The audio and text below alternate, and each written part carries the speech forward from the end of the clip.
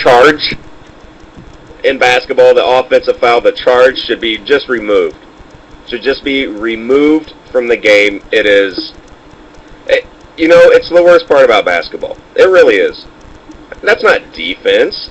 The ability to stand there, to stand still and hit the deck if somebody touches you. Come on, that's not defense. That's not... Listen, I've heard a lot of solutions. Like, maybe we should... like on Mike and Mike today, I heard the little Mike say, well, maybe they should give out technical fouls for flopping and leave it up to the referee's discretion. If a guy flops, call him for a technical. Okay, yeah, why put more things on the ref's mind? That just doesn't make sense to me. Why not just get rid of the charge?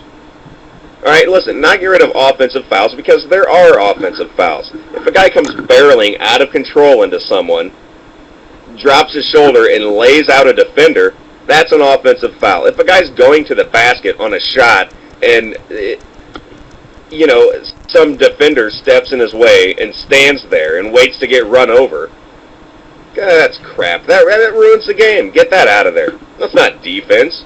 Try to jump up and block that shot. Try to take that ball. Play some defense. That just drives me nuts. Ugh. The charge is the absolute worst thing about basketball. Shouldn't be a part of the game. Zero athletic ability. It doesn't take any skill. I could go and take multiple successful charges in the NBA. I could do that all game. Just stand there with my hands locked together over my crotch, my legs spread out a little bit, and wait to get ran over. And I can assure you, have no place in the NBA. Yet I could do that. Anybody could. And it would eliminate a lot of this flopping if offensive fouls weren't so popular to call. Referees love to just blow the whistle, put the hand on the back of the head, and...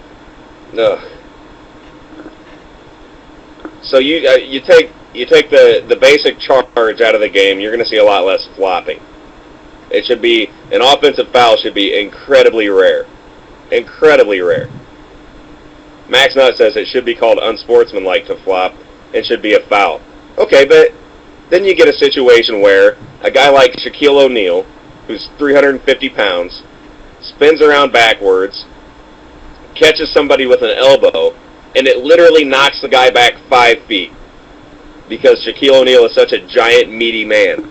Now the referee has to decide, okay, let's say the guy he hits is Anderson Varejao from Cleveland, one of the most notorious floppers in basketball.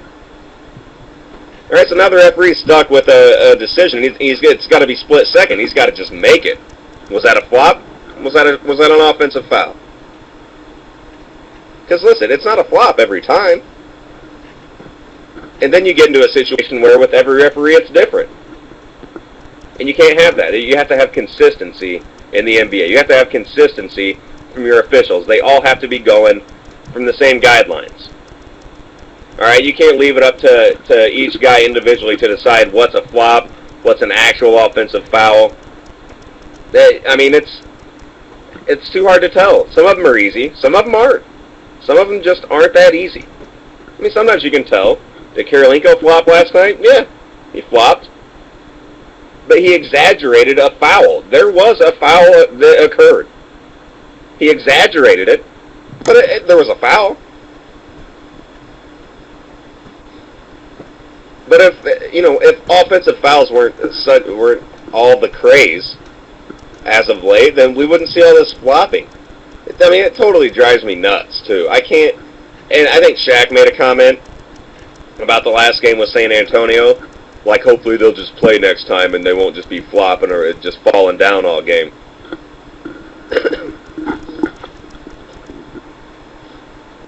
And, that's...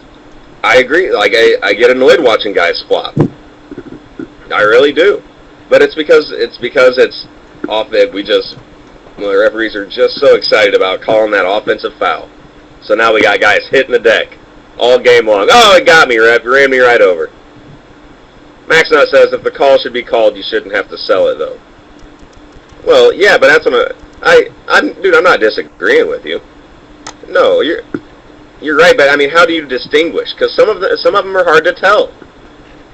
And if you have a guy that's like a regular flopper, but he really gets drilled and laid out, I mean, then he's not going to get the call because he's flopped before in the past. Then you're making calls based on reputation, and you're making calls based on some bias too. There's going to be referees that, like it or not, have negative feelings towards one player more than the other.